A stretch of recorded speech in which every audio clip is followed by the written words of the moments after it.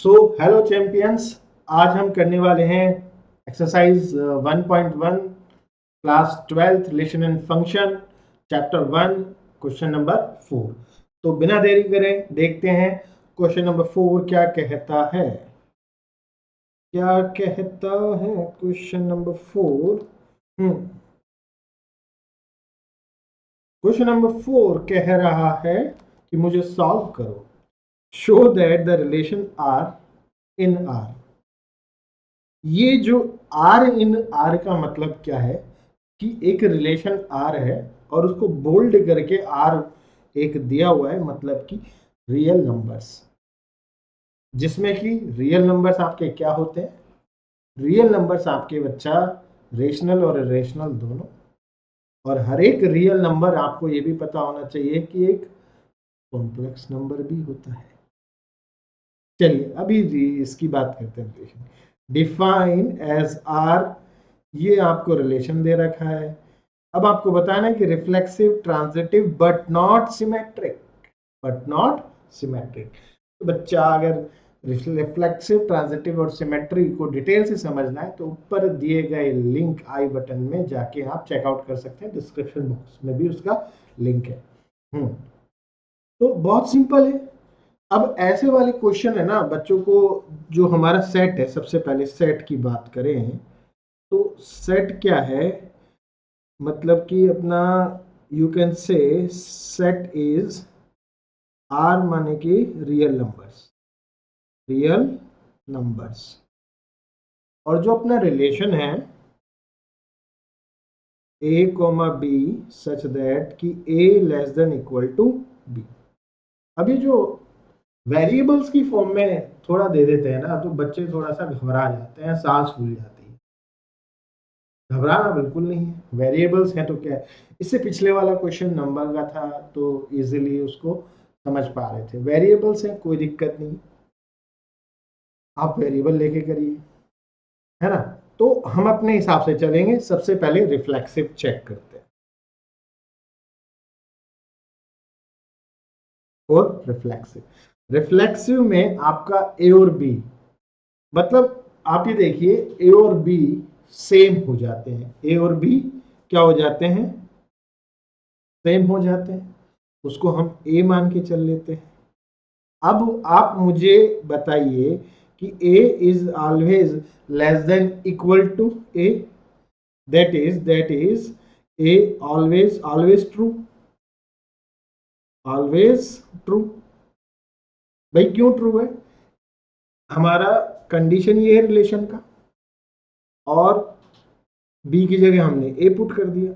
जब भी वेरिएबल आए रिफ्लेक्सिव चेक कर रहे हो, बी की जगह वो ये सेम वेरिएबल एक्स आए तो एक्स पुट कर दो, बी की जगह ए आए तो ए पुट कर दो, एक्स कोमा वाई है तो वाई को एक्स पुट कर दो, ए कोमा बी है तो बी को ए पुट कर दो। फिर चेक करो भाई ये तो ऑलवेज ट्रू है ना, ये कंडीशन तो इट इज ऑलवेज ट्रू। क्यों ऑलवेज ट्रू है, क्योंकि इक्वल टू का साइन लगा हुआ है। अगर लेस देन ओनली होता तो तब करेक्ट नहीं होता। ये इक्वल टू का साइन लगा हुआ है इसलिए always true.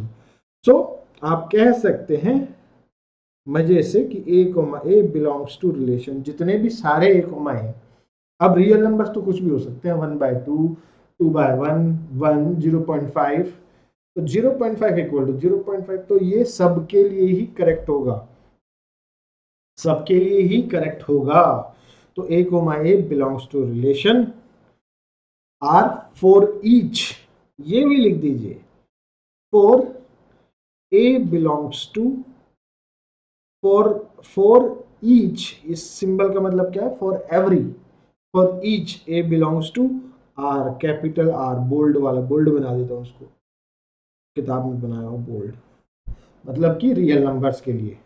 So are is reflexive, spelling बोलो भैया, REFLEXIVE। परेशानी होती है स्पेलिंग भी याद करने में, होती है सबको भी, हमें भी थी पहले, भी बच्चों को आती होगी, लेकिन प्रैक्टिस करते रहो हो जाएगी वो। फोर सिमेट्रिक, अब देखो, लेट, क्या करेंगे, let A comma B belongs to relation. It means that is, ये कंडीशन सेटिस्फाई हो रही, कौन सी कंडीशन सेटिस्फाई हो रही होगी कि भैया ए इज ग्रेटर देन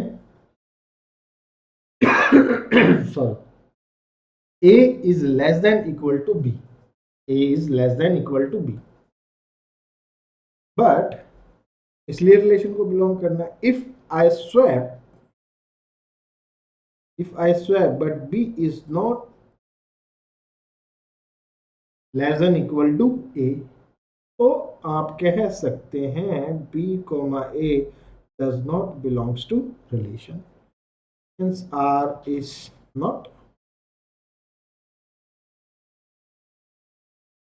अरे अरे अरे सर, कैसे कर दिया ये आपने? अरे सिंपल सा कोई एग्जांपल ले लो, आपको ए और बी नहीं पसंद आ रहा तो चलो कोई भी एक नंबर ले लो। मैं लेता हूं, लेट्स एग्जांपल, मैं 1,2 लेता हूं। तो यहां से 1 is less than equal to 2। क्या 2 इज लेस देन हो सकता है? Always true, always true.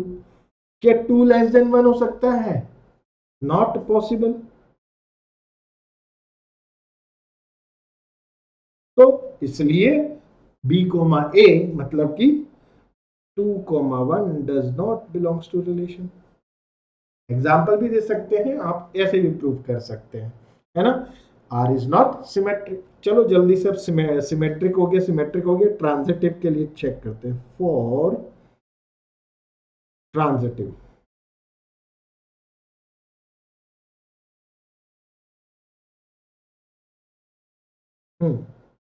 Transitive के लिए late a comma b belongs to relation and b comma c belongs to relation.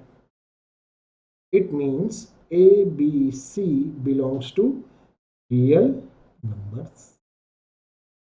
बहुत अच्छी बात बताई सर आपने कि A B C belongs to real number, ऊपर नहीं लिखे थे आप भी लिख सकते हैं।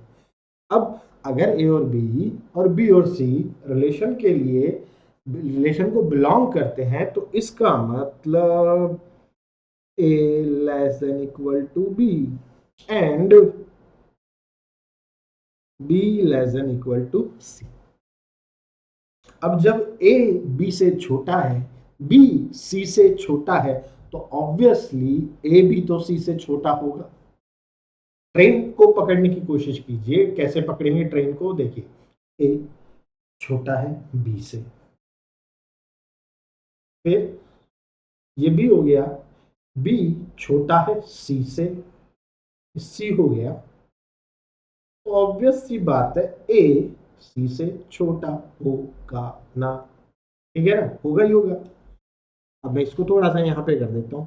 अगर आपको ऐसे नहीं प्रूव करना, तो मैथमेटिकली भी इसको आप प्रूव कर सकते हैं। किस तरीके से? a लेस देन b और b लेस देन c, ये दो इनइक्वलिटी हैं, इनको हम ऐड कर सकते हैं। भाई LHS वाली LHS में ऐड कर दो, RHS वाली RHS में ऐड कर दो, तो a plus B less than equal to b plus C, है ना भाई।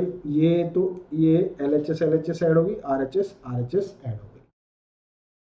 अब आपने b को उधर भेजा, इधर भेजा, तो both side subtract with b कर दो, तो बचेगा क्या? a is less than equal to c, हो गया ना। तो अब यहां से कह सकते हैं a belongs to c, a comma c belongs to relation, therefore r is, ये कोमा लगा के लिख दो, r इज ट्रांजिटिव। तो एट लास्ट लिख देंगे hence r is reflexive and transitive but not symmetric। ठीक है, आई होप आपको क्वेश्चन नंबर 4 समझ में आया होगा। है ना। कोई भी डाउट आता है कमेंट सेक्शन में आप कमेंट करके पूछ सकते हैं, है ना। और कोई टॉपिक नहीं समझ में आया, कुछ भी नहीं समझ में आया तो कमेंट करके आप पूछ सकते हैं। और बच्चों जितना ज़्यादा हो सके अपने फ्रेंड्स के साथ इस चैनल को शेयर करिए, क्योंकि इस पे हम पूरे साल क्लास 12th का पूरा एनसीईआरटी मतलब ये कवर हम कर लेंगे, सारे चैप्टर्स कवर करेंगे। तो जितने ज़्यादा से ज़्यादा अपने फ्रेंड्स के साथ शेयर करो। और कभी कुछ अगर आपको प्रॉब्लम भी है तो आप कमेंट कीजिए, हम लाइव भी कनेक्ट हो सकते हैं, ओके, थ्रू लाइव। तो स्टूडेंट्स, बच्चों, चलते हैं, बाय बाय, मिलते हैं नेक्स्ट क्वेश्चन में।